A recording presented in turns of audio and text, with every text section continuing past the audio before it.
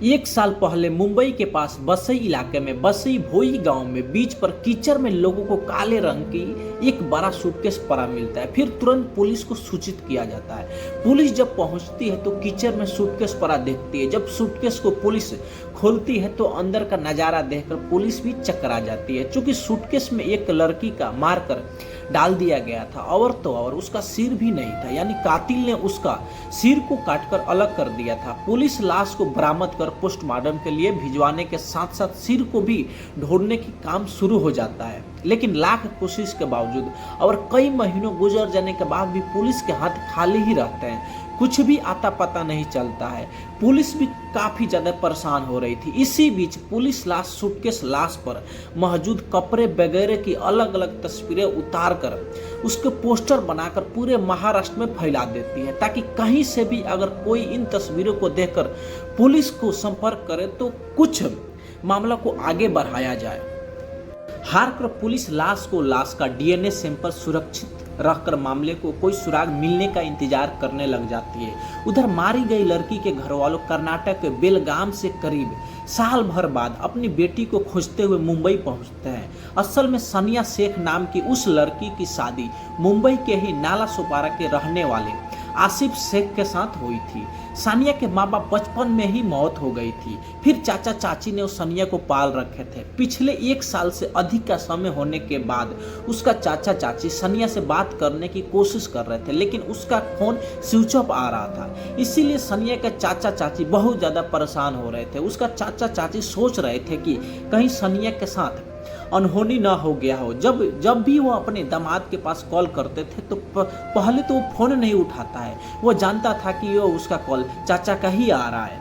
कभी कभी वो कॉल को काट देता था और कभी कभी फोन भी नहीं बिल्कुल उठाता था, और कभी कभी फोन उठाकर बोलता था कि आपको किससे बात करनी है। सनिया से बात करनी है तो आसिफ बोलता है कि ये नंबर रॉन्ग नंबर है, कहीं और फोन लगा, नंबर की जांच कर लो, बात बोलकर फोन को काट देता था आसिफ। इतना सब होने के बाद उसका चाचा चाची काफी ज्यादा डर जाते हैं। फिर दोनों मुंबई आ जाते हैं। मुंबई आने के बाद जब सनिया के घर वालों जब नाला सोपारा में सनिया के ससुराल गए तो यह जानकर हैरान हो गए कि आसिफ और परिवार अब यहाँ नहीं रहता है। इसके बाद काफी ज्यादा छानबीन करने के बाद सनिया शेख का चाचा अपने दामाद की मां से बात करने में सफल हो जाते हैं। उधर आसिफ की मां गलती से बता देते कि हम लोग नाला सोपारा का प्रॉपर्टी बेचकर मुंबरा में शिफ्ट हो गए हैं और अब यहीं रहते हैं। अब सनिया के चाचा जावेद और उसकी रिश्तेदार मुंबरा में उसके ससुराल पहुंचे। वहां उन्होंने सनिया और आसिफ की छोटी सी बेटी अमीरा को तो देखते हैं घर में, लेकिन सनिया कहीं नजर नहीं आ रही थी। लेकिन उधर आसिफ का फैमिली जब सनिया की फैमिली को देखते हैं तो वो लोग बहुत ज्यादा डर जाते हैं।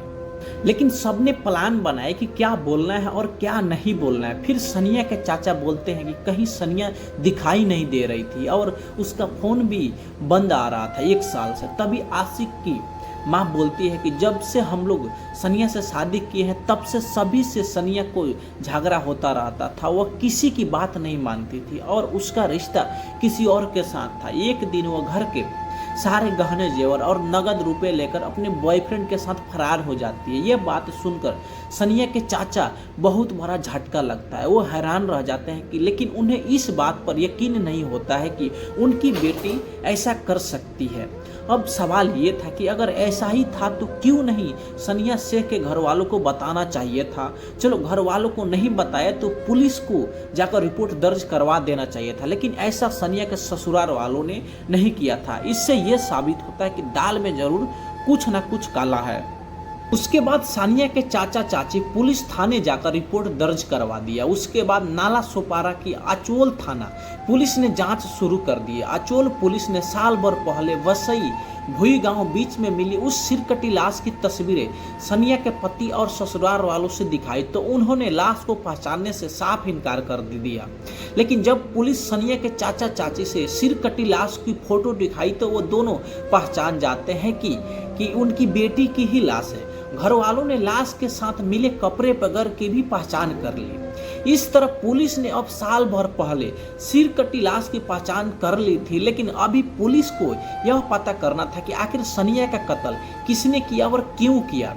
फिर पुलिस ने सनिया के पति और उसके ससुराल वालों को थाना बुलाती है और पूछताछ शुरू करती है। फिर उसका पति वही कहता है कि उसका किसी और लड़के के साथ चक्कर था, वह उसके साथ फरार हो गई थी, यहाँ तक उसने घर से रकम भी लेकर भागी थी। लेकिन अब पुलिस के साथ साथ घर वालों को भी लगने लगा था कि सनिया का कत्ल उसके पति और ससुराल वालों ने ही किया था, लेकिन अभी पुलिस के पास कोई सबूत नहीं था। इसीलिए सनिया का पति और उसकी बेटी का डीएनए सैंपल कलेक्ट कर लेती है। सनिया का डीएनए सैंपल पहले ही कलेक्ट कर लिया गया था, इसीलिए गिरफ्तार नहीं करती और उन्हें जाने देती है। जब इन सैंपल की रिपोर्ट आई तो यह साफ हो गया कि सिर कटी लाश सनिया शेख का ही है। फिर एक बार पुलिस ने जब सनिया के पति को थाने बुलाई और फिर पुलिस पूछताछ शुरू करती है तो वह फिर वही कहानी दोहराता है। लेकिन जब पुलिस ने इसके ऊपर दबाव डालना शुरू करती है तो उसका पति अब डर चुका था और तो और वह टूट चुका था। इसलिए उन्होंने अपना जुर्म कबूल कर लेता है और बोलता है कि सनिया का कत्ल मैं और मेरे परिवार वालों की मदद से किया हूँ।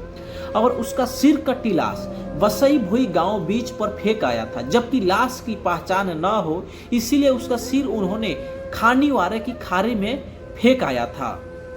यही वो दिन था जब लोग खुदा की राह में कुर्बानी दे रहे थे। तब आसिफ और उसके परिवार ने सनिया का कत्ल किया था। इस रोज जब पूरी दुनिया बकरीद की खुशियां मना रही थी तब आसिफ के घर वालों ने पूरी प्लानिंग के मुताबिक अपनी बहू की जान ले रहे थे। उन्होंने बकरीद के बहाने सनिया की बेटी अमायरा को अपने बुआ के घर पे भेज देते हैं। फिर आसिफ, उसके पिता हनीफ और आसिफ के भाई यासीन ने मिलकर पहले सनिया के हाथ पांव बांधकर उसे पानी के टब में डाल दिया और डूबने से उसकी जान चली गई। इसके बाद सबूत मिटाने के लिए यासीफ और उसके पिता हनीफ ने खुद अपने हाथों से सनिया का सिर काटकर धड़ से अलग कर दिया। फिर सिर और धड़ को अलग अलग जगह फेंकने की प्लानिंग की। सनिया का पति यासीफ पकड़े जाने का डर इतना था कि उन्होंने सनिया को बाल भी मुंडन कर दिया और सनिया के होठ के पास तिल भी था, उसे भी उसने काटकर निकाल दिया था ताकि अगर कटा हुआ सिर पुलिस के हाथ लगी तो उसकी पहचान न हो पाए। इसके बाद यासीफ ने अपने भाई यासीन के साथ मिलकर उस सिर को एक बाइक पर ले जाकर खानीवारे की खाड़ी में ले जाकर फेंक दिया। फिर धड़ को निपटाने के लिए यासीफ ने अपने कैब ड्राइवर बहनोई यसु को घर बुलाया और फिर धड़ को एक बड़े से सूटकेस में पैक कर बसई भुई गांव बीच ले जाकर फेंक दिया। इसके बाद पुलिस ने आखिरकार सनिया के पति यासीफ और उसके ससुराल वालों को गिरफ्तार कर लिया। पुलिस ने इस खौफनाक साजिश का खुलासा कर कातिलों को तो जेल की सलाखों के पीछे पहुंचा दिया था, लेकिन सबसे बड़ा सवाल ये था कि आखिर एक परिवार ने इतनी बेरहमी के साथ अपनी बहू की जान क्यों ले ली। जब उसका पति यासीफ से जो बताया उसे सुनने के बाद सब कोई हैरान था। असल में एक बच्ची की गोद देने के लिए ये पूरी खूनी साजिश रची गई थी। असल में यासीफ के घर वालों यासीफ और सनिया की बेटी अमायरा को किसी और को गोद देना चाहते थे। यानी यासीफ की बहन जो बहुत सालों से शादी हो चुका था, उसका कभी बाल बच्चा नहीं हुआ था, मतलब वो अभी तक उसका एक भी लड़का नहीं हुआ था। तो घर वालों ने तय किया कि वो भी इस बच्ची को अपनी बेटी को गोद दे देंगे और उनकी बेटी ही बच्चे की परवरिश करेगी। लेकिन किसी भी दूसरी माँ की तरह सनिया के लिए ये फैसला करना इतना आसान नहीं था। उसने अपनी बेटी अमायरा को खुद से अलग करने से साफ मना कर दिया था। बस यही वो बात थी जिसने पूरे ससुराल को सनिया का दुश्मन बना दिया था। अब सनिया पर जुल्मों सितम की शुरुआत हो गई और फिर एक दिन वो भी आया जब उसका कत्ल कर दिया गया।